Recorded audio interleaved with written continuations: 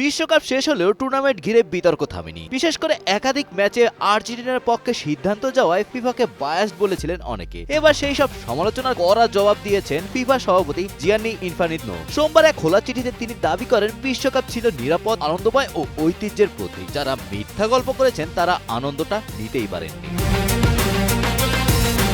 নিজের ইনস্টাগ্রামে দেওয়া এই চিঠিতে ইনফান্তিনো সমালোচকদের উদ্দেশ্য করে বলেন, যারা সংবাদ মাধ্যম ও সামাজিক যোগাযোগ মাধ্যমে ঘৃণা ও মিথ্যা গল্প ছড়িয়েছে তারা ফুটবল বিশ্বকাপের উৎসবের প্রকৃত আনন্দ দেখতে ব্যর্থ হয়েছে। তার ভাষায়, ফিফা কর্মকর্তারা সামনের সারিতে থেকে কঠোর পরিশ্রম করে বিশ্বের অন্যতম সেরা ক্রীড়া আয়োজন সফলভাবে সম্পন্ন করেছে। বিশ্বকাপ চলাকালীন ভিসা জটিলতা, রাজনৈতিক উত্তেজনা, রেফারিং ও শৃঙ্খলাজনিত সিদ্ধান্ত নিয়ে ফিফার ব্যাপক সমালোচনা হয়। বিশেষ করে মার্কিন ফুটবলার ফ্লোরেন বালোগানের নিষেধাজ্ঞা স্থগিতের সিদ্ধান্ত এবং আর্জেন্টিনা মিশর ম্যাচের রেফারিং বিতর্ক নিয়ে বেশ প্রশ্ন ওঠে। তবে ইনফান্তিনো এসব ঘটনাকে ফুটবলের স্বাভাবিক প্রক্রিয়ার অংশ বলে উল্লেখ করেন। তিনি আরো বলেন, রাজনৈতিক মতপার্থক্য সত্ত্বেও ইরান সহ বিভিন্ন দেশের অংশগ্রহণ প্রমাণ করেছে যে ফুটবল বিভেদ নয় বরং ঐক্যের বার্তা বহন করে, এবং একই সঙ্গে হাইতির মতো দেশের বিশ্বকাপে অংশগ্রহণকে সম্মান জানাতে এবং সমালোচনার বদলে খেলোয়াড়দের প্রতি শ্রদ্ধা প্রদর্শনের আহ্বান জানান ফিফা সভাপতি।